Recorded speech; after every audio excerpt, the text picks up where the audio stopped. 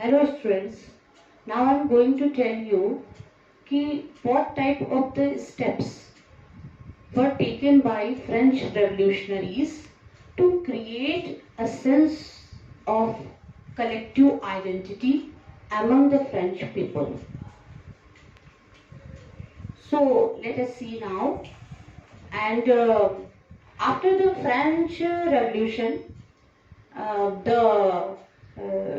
the entire administration, the entire system was changed there. The new system and what type of the nationalism was created, let us see now. First of all, the C steps to create a sense of collective identity among the French people.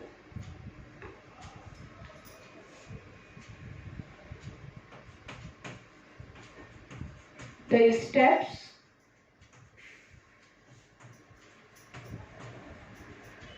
taken by French people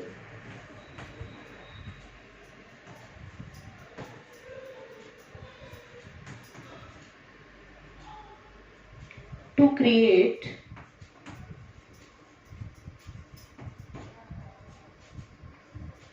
a sense of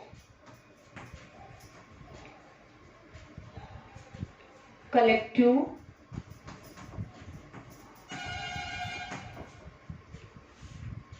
identity.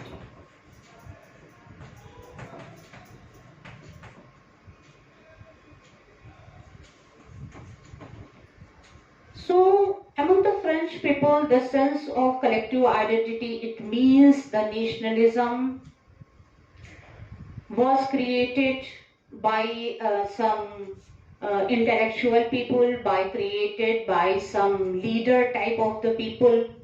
As in India, there were few leaders, there were more leaders for the freedom struggle before 1947.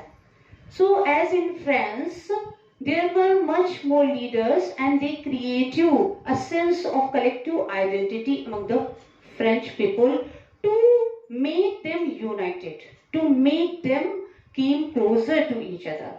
So what type of the steps they were taken? Let us see. Number one, they introduced new hymns. New hymns were introduced. Hymns are called some types of the slogans like India Jindabad and all these types of the जो hymns हैं, they were generated there, they were created there. So new hymns were introduced. Now, next number, the martyrs were commemorated. Commemorated means जो martyrs थे, जो शहीद लोग थे, उनकी वहां प्रशंसा की गई. न्यू हाइम्स जो नए स्लोगन्स थे, उनको वहां पर लाया गया, देश के लिए स्लोगन्स लाए गए. नेक्स्ट, कलेक्टिव आइडेंटिटी में एक फ्रेंच के लिए new French flag was introduced. New French flag वहां इंट्रोड्यूस्ड किया गया. So number one, hymns were introduced. Number two, martyrs were commemorated. Next number, जो new French flag, a tricolor French flag was introduced to make them united.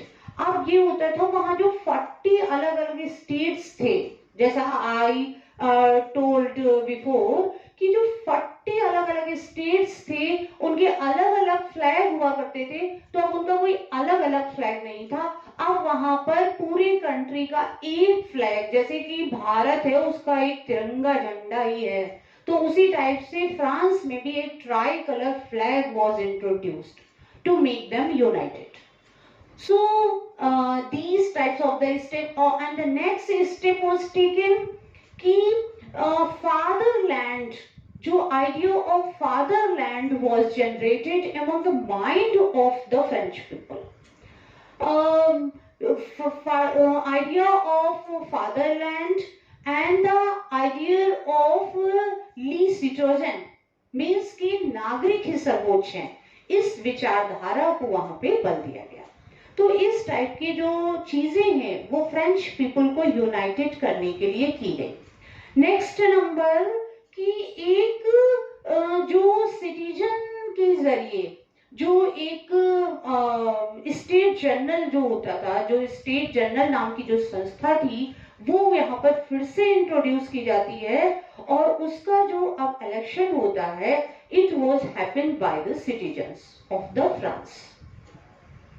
सो ये कुछ steps हैं जो France की जनता के लिए किए गए तो उनको यूनाइटेड करने के लिए. और भी कुछ स्टेप्स हैं जैसे इंटरनल जो कस्टम्स है, इंटरनल कस्टम ड्यूटीज जगह जगह लगी थी. थोड़ी दूर जाओ तो फिर ड्यूटीज देना होता था, थोड़ी दूर भी बिजनेस करने के लिए लोग जा रहे हैं तो उनको कस्टम ड्यूटीज पे करनी होती थी. तो ये जो इंटरनल ड्यूटीज थी प्लेस टू प्लेस, इनको तुरंत खत्म कर दिया गया. और अब जो है जब देश से बाहर जाते थे, जब कोई बड़ी बड़ी वो क्या कहते हैं प्लेसेस पे जाते थे, बहुत बड़ा स्टेट उन्होंने पार किया, तब तो उन्हें कस्टम ड्यूटीज देनी होती थी, अदरवाइज नहीं देनी होती थी. होता ये था कि करीब 100 किलोमीटर भी जा रहे हैं तो उनको 10 जगह कस्टम ड्यूटीज पे करनी हो रही है. तो ये जो कस्टम ड्यूटीज थी वहां पर एबोलिश कर दी गई. और उसके साथ ही एक सेंट्रलाइज्ड जो एडमिनिस्ट्रेशन है, एक सेंट्रलाइज्ड एडमिनिस्ट्रेशन वहां पर इंट्रोड्यूस किया गया, बल्कि वो वहां पर अरेंज्ड किया गया. सेंट्रलाइज्ड एडमिनिस्ट्रेशन मींस कि जैसे पूरे इंडिया का जो शासन है वो दिल्ली से ही चलाया जाए. तो this is called a centralised administration.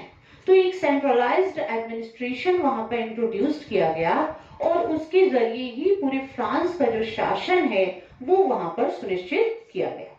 तो ये कुछ तरीके थे जिससे कि फ्रेंच पीपल जो उनका कलेक्टिवनेस था, उनकी कलेक्टिव आइडेंटिटी थी, उसको इंट्रोड्यूस किया गया टू जनरेट ए सेंस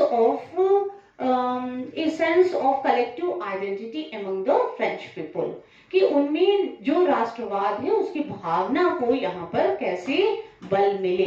तो इसके लिए ये सब स्टेप्स लिए गए. नेक्स्ट है कि स्टेप्स में और क्या चीजें थी. तो स्टेप्स में और जो चीजें थी कलेक्टिव आइडेंटिटी में, तो कलेक्टिव आइडेंटिटी में जो नेक्स्ट स्टेप आ रहा है वो ये आ रहा है, तो जो रीजनल डायलेक्ट्स थी, रीजनल डायलेक्ट्स मींस क्षेत्रीय जो भाषाएं थी, उनको वहां पर जो है वो हटा दिया गया. रीजनल डायलेक्ट्स को यहाँ पर रिमूव कर दिया गया. और क्या किया गया कि उनकी जगह पे कुछ जो राष्ट्र की एक भाषा थी यानी फ्रेंच लैंग्वेज, उसको यहाँ पर रखा गया, जो सिर्फ पहले पेरिस की ही ऑफिशियल भाषा थी, अब उसको पूरे फ्रांस की भाषा के रूप में आत्मसात कर लिया गया. तो ये कुछ ऐसे पॉइंट्स थे जो फ्रेंच पीपल में एक sense of collective identity create करने के लिए बनाया गया था. ये कुछ स्टेप्स थे जो लोगों में को जोड़ने के लिए बनाया गया था वहां पर. नेक्स्ट है कि कौन, नेपोलियन बोनापार्ट. नेपोलियन बोनापार्ट जो है वो फ्रांस के रेवोल्यूशन के बाद जो है वो सत्ता में आ जाते हैं और उन्होंने लोगों से ये वादा किया कि वो अब फ्रांस को विकास के पथ पर लेकर के चलेंगे. जैसे कि फ्रांस का शासन अब तक चल रहा था वो वैसे नहीं चलेगा, बल्कि जो फ्रांस का शासन है अब विकास के साथ में चलाया जाएगा, विकास को प्राथमिकता दी जाएगी, जो कमियां हैं उनको दूर किया जाएगा. तो जो नेपोलियन बोनापार्ट थे उन्होंने यहाँ पर जो फ्रेंच पीपल थे उनको एश्योर किया. तो नेपोलियन ने क्या चेंजेस इंट्रोड्यूस किए, लेट अस सी. तो नेपोलियन बोनापार्ट ने कुछ चेंजेस इंट्रोड्यूस किए.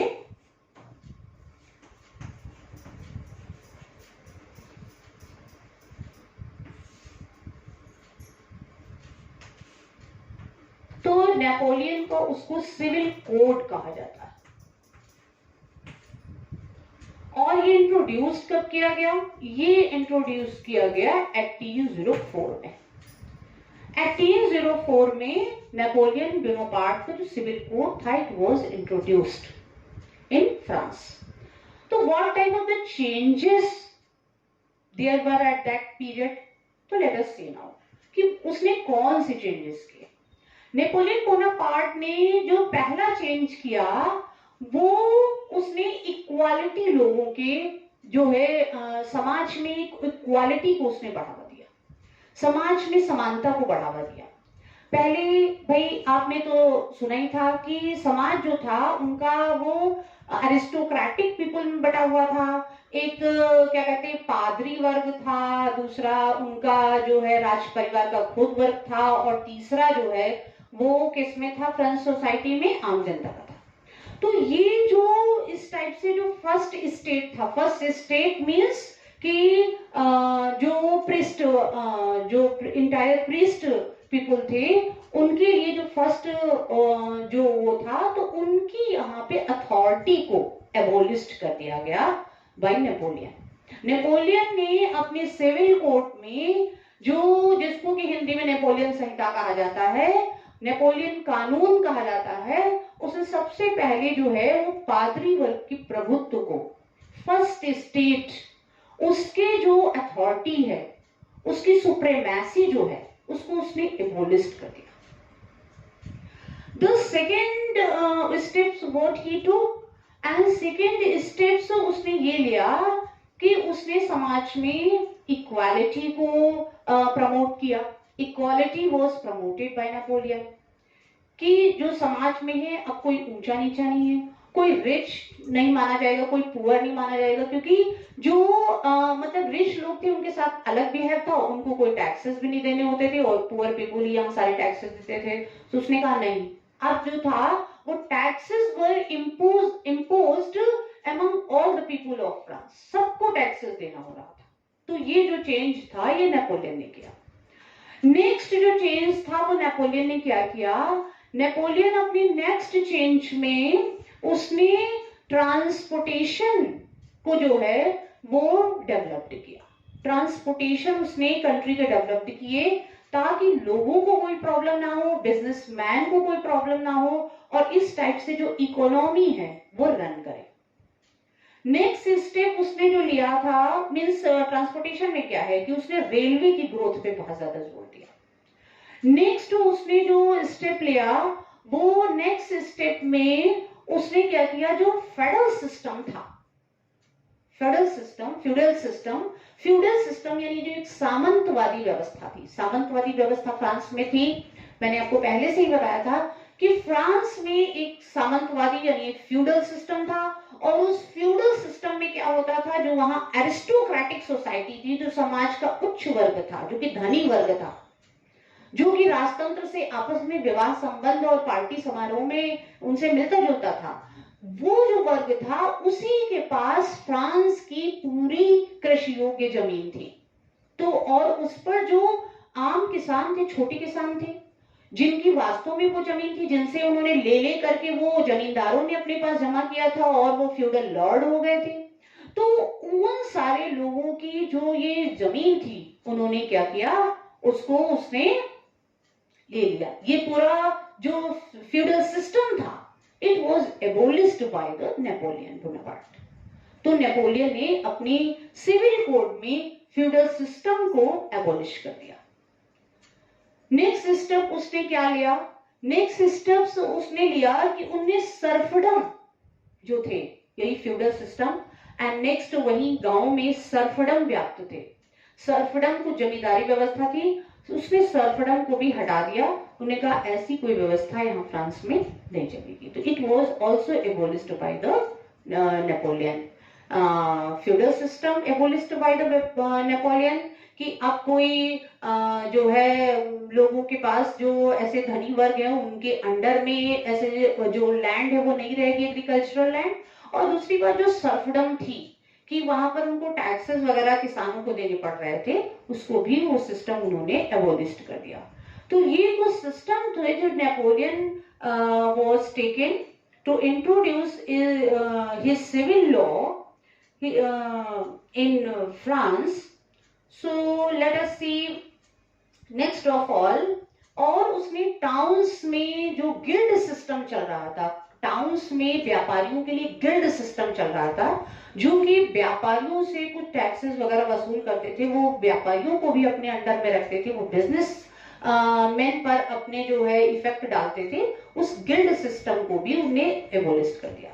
और उसने क्या एबोलिश किया, और उसने इंट्रोड्यूस्ड किया अ unify weight and measurement system.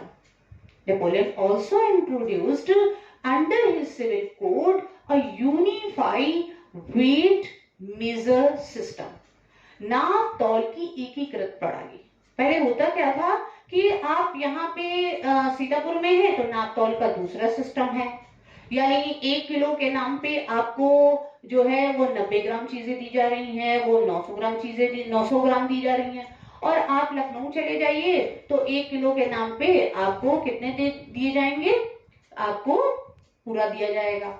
तो कहने का मतलब ये है कि अलग अलग नाप तौल की प्रणाली थी, तो उसको उन्होंने यूनिफाई कर दिया और वेट और जो मेजरमेंट थे वो उसको उन्होंने एक ही सिस्टम नेपोलियन ने इंट्रोड्यूस कर दिया, सो दैट कि बिजनेस पर्सन या traders will not having any problem inside country.